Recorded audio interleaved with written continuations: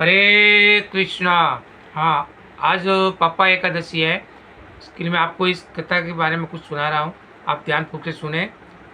धर्मराज युधिष्ठिर ने पूछा कि मधुसूदन, अब आप कृपा करके ये बताइए कि आश्विन के शुक्ल पक्ष में किस नाम की एकादशी होती है और उसका महत्व क्या है। तो भगवान श्री कृष्ण बोले कि राजन, आश्विन के शुक्ल पक्ष में जो एकादशी होती है वह पापा कुंचा के नाम से विख्यात है। वह सब पापों को हरने वाली है, स्वर्ग और मोक्ष प्रदान करने वाली है, शरीर को निरोग बनाने वाली है तथा सुंदर स्त्री धन तथा मित्र देने वाली है।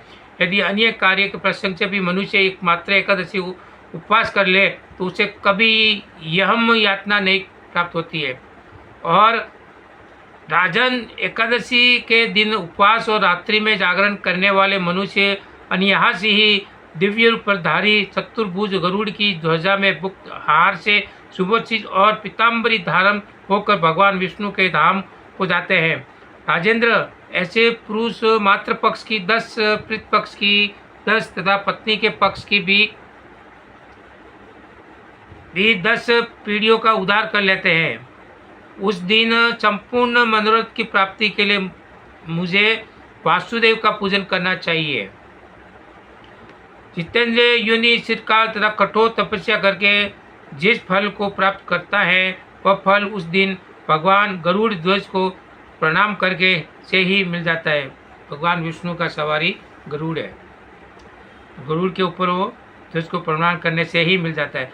जो पुरुष स्वर्ण, मृत, तिल, भूमि, गो, अन्न, जल, जूते और साते का दान करता है वह कभी यमराज को नहीं देखता है। नरश्रेष्ठ की दरिद्र पुरुष को भी चाहिए कि वह स्नान, जप, ध्यान आदि करने से बाद यथाशक्ति और होम, यज्ञ, दान और वगैरह करके अपने प्रत्येक दिन को सफल बनाए।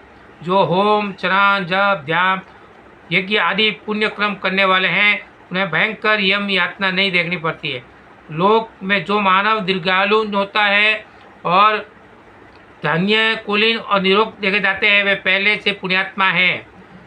पुण्यकर्ता पुरुष ऐसे ही देखे जाते हैं। जिस विषय में अधिक कहने से क्या लाभ, मनुष्य पाप से दुर्गति से पड़ते हैं और धर्म से स्वर्ग में हो जाते हैं। राजन, तुमने मुझे जो कुछ पूछा था उसके अनुसार पापा कुंच एकादशी का महत्व मैंने वर्णन किया। अब और क्या सुनना चाहते हो तो आप पापा एकादशी का उपवास कीजिए और अपने सब पापों से मुक्त कीजिए। हरे कृष्णा।